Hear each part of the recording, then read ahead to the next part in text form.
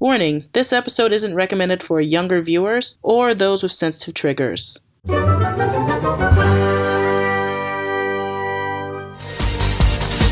Today we talk about the film Perfect Blue. A few people were wondering if I was going to add this to the list. But let's look back on what I said in episode 1.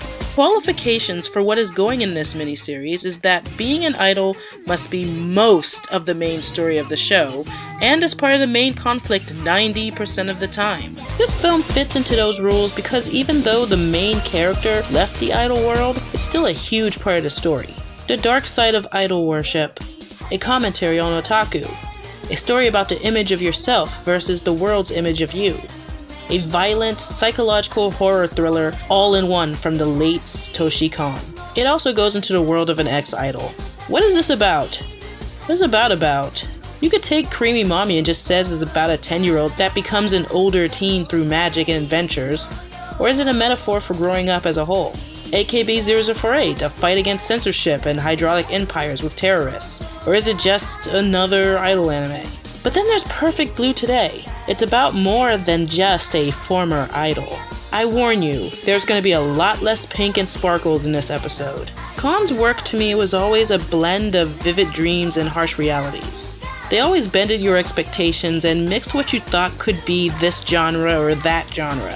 He took the mundane world and played with it, warped it, altered it. I can't fully comprehend it to put into words, maybe sliding realities? Satoshi Kon was born in 1962. He is a well-known director and still gets respect from many film fans and fellow filmmakers. Before his directorial works, he worked as a manga creator, and when he went into the anime industry, he worked on Rojin Z in '91 and the script and art direction of Magnetic Rose, a segment of Otomo's 1995 sci-fi anthology Memories. I highly recommend Rojin Z and Memories. After Perfect Blue, his other films was Millennium Actress, recommend, Tokyo Godfathers, recommend, Paranoia Agent, a TV series that, you guessed it, I recommend, and Paprika. Oh god, watch Paprika. And there was going to be another film called The Dream Machine. His words on it were, "On the surface, it's going to be a fantasy adventure targeted at younger audiences. However, it will also be a film that people who have seen our films up to this point will be able to enjoy. So it will be an adventure that even older audiences can appreciate. There will be no human characters in the film, only robots. It'll be like a road movie for robots." But that last film never got finished. Satoshi Kon died on August 24, 2010 from terminal pancreatic cancer. I still think about what he could have made in these last 5 years if he hadn't died, besides The Dream Machine. So in Perfect Blue, Mima is an idol. Not a popular one though. She retires and seeks out more mature work outside of this sweet, wholesome idol image. Not everyone is happy about it. So far, the creepiest fanboy thing we saw in Idols of Anime was in Kidnap an Idol. But this, this set the bar pretty high for that, and no one jumped over it yet. At least not in anime, real life, oh boy. First things first, the origin of this is a novel, Perfect Blue Kanzen Hentai, aka Perfect Blue Total Pervert, by Yoshikazu Takeichi. With producer Koichi Okamoto, they pitched it for companies to make it a live-action film. But the 1995 Kobe earthquake derailed the talks. It was soon reconceived to be animated, and then they went to Madhouse. Kon, who was working at Madhouse, was recommended by Katsuhiro Otomo to do Perfect Blue. Satoshi Kon wanted Perfect Blue to be about the conflict of a real person's self and their public image. The novel and the movie differs. The reason, according to Kon from an interview, "If you want to stick with the screenplay, I don't want to direct this film. But if you accept that I will make changes to it, I will do it."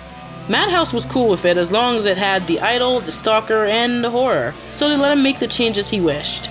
One of which was double bind, the movie-in-movie sort of framing. It really blurs things. It makes things stranger and less linear in the storytelling. I think it's an excellent move. And this was originally going to be an OVA, but was upgraded to a cinema release. For the budget, a lot was actually cut out, but you can't tell if you watch this film. I think if things weren't cut, the quality would have suffered in this movie, and it probably wouldn't have been as good as it is. This movie is also a perfect time capsule. In the 90s, the digital era of fandom begun with fan sites, early blogs, and message boards. As early as 1995, there was the IdolNet, which was a place where idols can correspond with their fans. The chat rooms were like a digital handshake event, the first steps of online fan correspondence. Mima didn't have an idea of that world until the events of the movie, and sadly this is also an example of how easy it is to pretend to be someone else back then. You could still do that now, but more tech-savvy people can check digital footprints left behind to see if you really are. It's an example of the theme of this movie, a real person's self and the public image. From the beginning we see this. Go go Power Rangers! Do do do do do. A childish thing, kinda like what idols are supposed to convey, and soon gets overrun by the reality. We get introduced to the otaku. I said that I interpret this as a commentary on otaku as well. It's something that is in a few of Khan's works. For example, Paranoia Agent. He was in that crowd in his youth, and you could tell on how the conversations are. They're not like fakey geek conversations you see in like Big Bang Theory or something. Then there's the obsessive fan part. In the book, Islands of 8 Million Smiles, Idol Performance and Symbolic Production in Contemporary Japan, one of the people interviewed justified their long-time idol fetishism and lack of interest in real women as a mission to, quote, preserve traditional Japanese womanhood.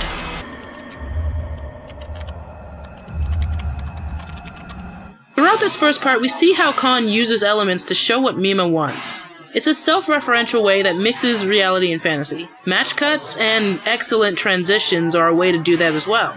Soon we get the first hint of evil on the horizon. Mima keeps that sweet persona, but then gets more shaken from this.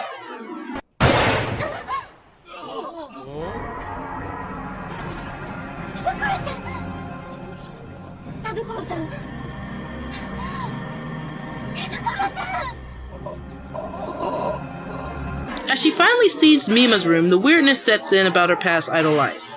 Who are you? It also must be bitter to see how Cham is doing so well without her. Now we're about to get to the point where I'll be talking about and showing more objectionable content. So, last warning. Khan's use of mirrors and showing what emotion is being hid is well done. Mima the idol, glowing like a fantasy character, starts to show up more frequently, and Mima goes through with this. It's hard to watch.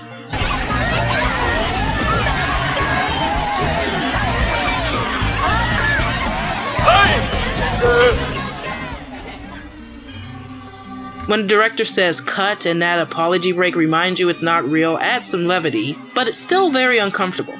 One of the best moments of the film is when she's finally alone, her fish are dead, and she realizes the gravity of everything.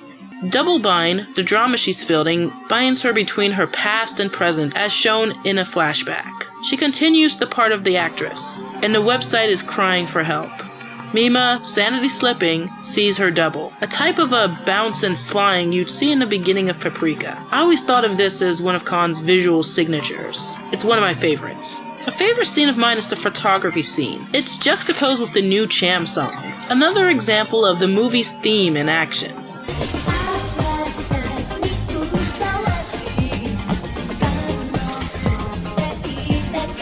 You can mention the male gaze, the way the visual arts are structured around a masculine viewer, as it pertains to both idol culture and actress jobs. The virginal idol, the actress whore. This film is the only thing I could think of in the idol genre of anime that deals with it so blatantly. Wake Up Girls tackles it well, but differently. Symbolically, an ice pick to the eye works fine. We're at the point of the movie where if I reveal too much, I'll end up spoiling it. Things are starting to blur. We get the final battles. The battle against Dark Obsession and Expectations. Accused of not being the real Mima. The battle for the right to be herself, for her sanity, her real self. There was a live-action version of this much later in 2002, Perfect Blue, Yume Nara Sumete. To compare the 1997 Perfect Blue to other films, I would say Black Swan by Darren Aronofsky, who is a Satoshi Kon fan. Or Inception, which everyone compared to Paprika when it came out. I love Perfect Blue. I learn something new every time I watch it. It inspires my own work as an artist. Finding your own, with constant pressure to change her image to meet the demands of management, fans, media, and her family is all too real and relatable. The rapid editing, match cuts, reflections, juxtapositions, and transitions create this energy and intrigue. It taught me that as a viewer, you could get spoiled by a story if it's too straightforward. The suspense drives you to find out more. While writing this, I realized you can interpret this film in several different ways. In an interview, Khan said, "If you look at a dream overall, it's very difficult to discern the meaning. However, as time goes on, there might be certain messages in the background. Movies that you can watch once and understand entirely. That is the type of movie I don't really like. However, if you're able to understand 70 to 80% of what's being relayed, and there's still some percentage left that would allow for your own interpretation, that's the type of movie I do like. There might be a certain part that you don't quite understand, but there is a portion that rests in your heart." Doing this episode reminded me of how much I am a fan of his work. I still remember the day I met him when I was living in Washington, D.C. He was at the Smithsonian showing Paprika for the first time in the US. Also showing Tokyo Godfathers and doing a Q&A. He was pretty nice, and while didn't have to stop for fans for autographs, he did anyway. But his handler said he had to go, and we ended up walking the same way, where he turned to me and put out his hand. I shook it, and the only words that came out of my mouth was, "Da!" He chuckled and we both bowed. But, I always had this inkling that, oh god, what if he remembers that and then puts it in a movie as the stupid American otaku? But it's sad that he died. When he died, I was pretty distraught because as someone who wants to create movies and do lots of things, I looked up to him as a creator. And I still wish that he had another decade left him in to do anything. Who knows what movies would have had? Who knows if we would have had another TV series? Because Paranoia Agent, holy crap, I wish we had another one of those. He left his mark on anime. He left his mark on films. Outside of animation, just films in general. Rest in peace, Satoshi Kon.